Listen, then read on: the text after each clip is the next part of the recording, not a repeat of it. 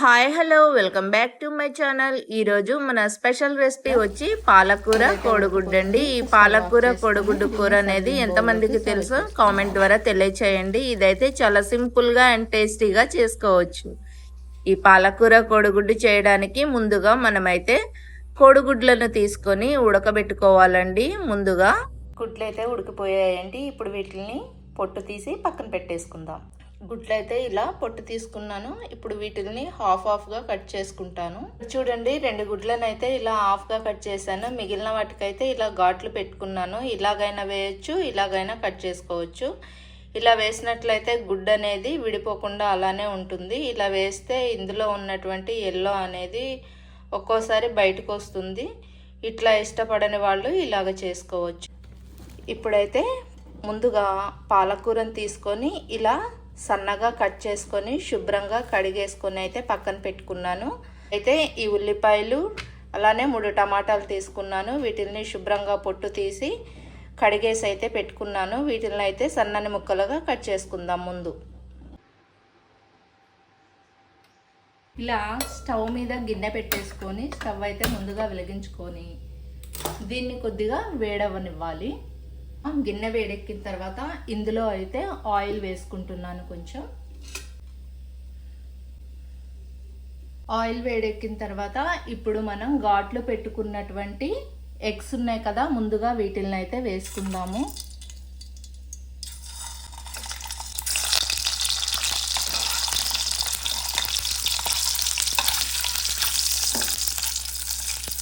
ఇట్లా అనుకుంటూ కలుపుకోవాలి, లేకపోతే అడుగంటి మొత్తం ఇదైపోతుంటాయి. ఇందులోనే కొంచెం పసుపు కూడా వేసి కొద్దిగా కారం. చూసారా, ఇలా ఊడిపోతుంది. ఇలా జాగ్రత్తగా వేసుకోవాలి.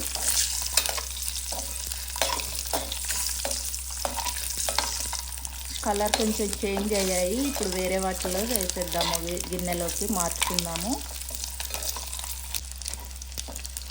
ఇలా తీసి గిన్నెలో వేసుకుంటున్నాను.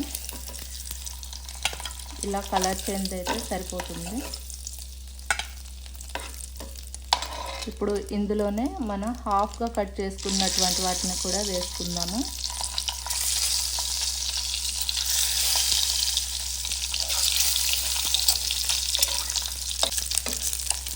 ఇలా వీటిని టర్న్ చేసుకోవాలి.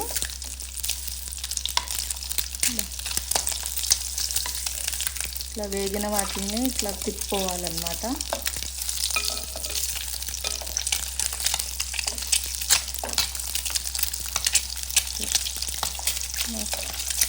ఒక 2 నిమిషాలు ఇట్లా వీటిని కూడా టర్న్ చేసుకొని వేసుకుంటే అయిపోతుంది. ఓకే, ఇప్పుడు వీటిని కూడా తీసేసుకుందాము. ప్లేట్లోకి అయితే ఇలా వేగితే సరిపోతుంది. చూసారా ఎంత మంచిగా వేగిపోయాయో. ఇప్పుడైతే ఈ ప్లేట్లోకి ఇలా తీసుకున్నాను. ఇప్పుడు మనం కూర తాలింపు వేసుకుందాము. ఇందులోనే ఇంకొంచెం ఆయిల్ అయితే వేసుకోవాలి, సరిపోతుంది. ఇప్పుడు తాలింపు గింజలు వేసుకుందాము. ముందుగా ఆవాలు, జీలకర్ర, కొంచెం పచ్చిశనగపప్పు, కొంచెం మినపప్పు.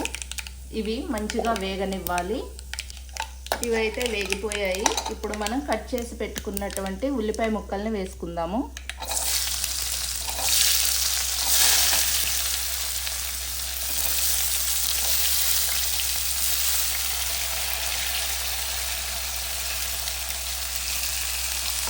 ఇలా వేసిన తర్వాత ఒక్కసారి ఇలా తిప్పుకొని వాటిని అయితే వేగనివ్వాలి మంచిగా. ఇలా వేగేటప్పుడే ఫ్రెష్ అల్లం వెల్లిపాయ పేస్ట్ అయితే కొద్దిగా వేసుకోవాలి.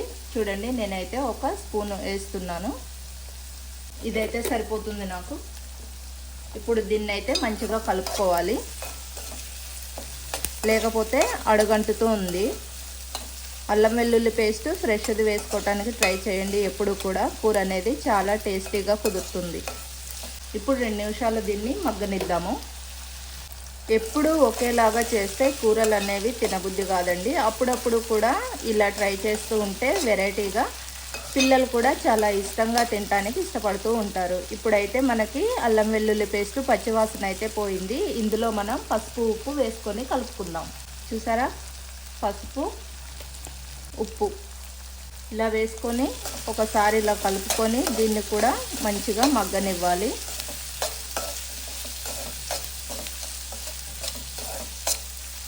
దీన్ని కూడా ఒక 2 నిమిషాలు మగ్గనిద్దాము. చూసారా, ఉల్లిపాయ ముక్కలు అయితే ఇలా మంచిగా వేగిపోయి కొంచెం మెత్తబడ్డాయండి.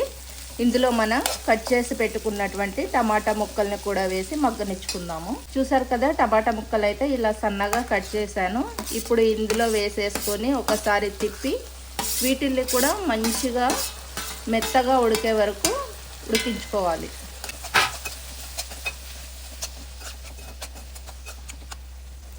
ఇప్పుడు దీన్ని ఒక 5 నిమిషాలు అయితే ఉడికించుకోవాలండి. మంచిగా మీడియం ఫ్లేమ్లో పెట్టుకుంటే సరిపోతుంది. మళ్ళీ ఒక్కసారి ఇలా కలర్ తిప్పేసి మూత పెడతానండి. మూత పెట్టి ఉడికించుకుంటాను. మూత తీసి ఒకసారి అయితే తిప్పుకుందాము. చూడండి, మంచిగా మగ్గిపోయాయి. ఇప్పుడు మనం ఇందులో కడిగి పెట్టుకున్నటువంటి పాలకూరనైతే వేసుకుందాము. పాలకూర అంతా ఇలా వేసుకున్న తర్వాత ఒక 2 నిమిషాలు అయితే మూత పెట్టి అలా మగ్గనిద్దామండి. మనం ఇందులో వాటర్ అయితే సపరేట్గా వేయనవసరం లేదు. పాలకూరలోనే వాటర్ ఉంటుంది కాబట్టి మంచిగా ఉడికిపోతుంది. ఒక 2 నిమిషాలు ఇలా మూత పెట్టేసి ఉడకనిద్దాం. ఇప్పుడైతే మూత తీసి ఒకసారి కలుపుకుందాము. చూసారా, కొద్దిగా మగ్గిపోయింది. ఇప్పుడైతే మొత్తం కూర అంతా కలుపుకుందాము.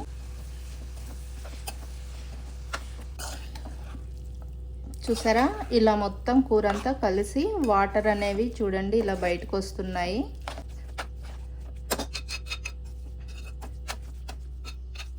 దీన్ని కూడా ఒక 5 నిమిషాలు మధ్య మధ్యలో కలుపుతూ ఉడికించుకోవాలండి. మూత పెట్టేసి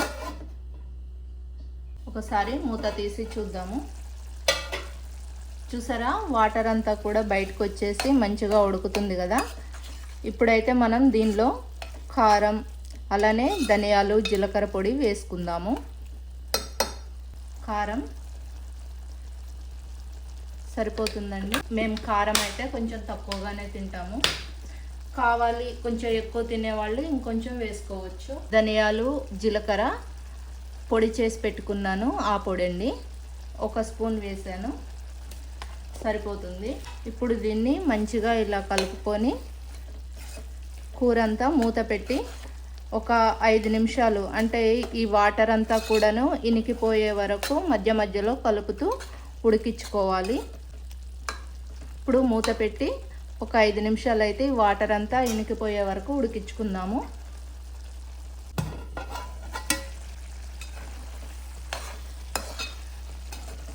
చూసారా ఎలా ఉడికిందో. ఇప్పుడైతే ఉప్పు కారం చూసుకుందాం ఒకసారి.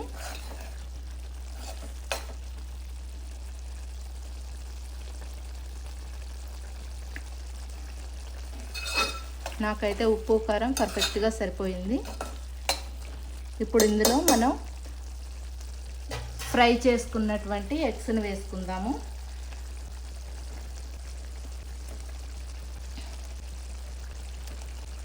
ఈ టైంలో వేయడం వల్ల కొంచెం ఈ పులుసు అంతా కూడా ఎగ్స్కు పడుతుంది. ఇలా వేసి ఒకసారి తిప్పుకుందాము.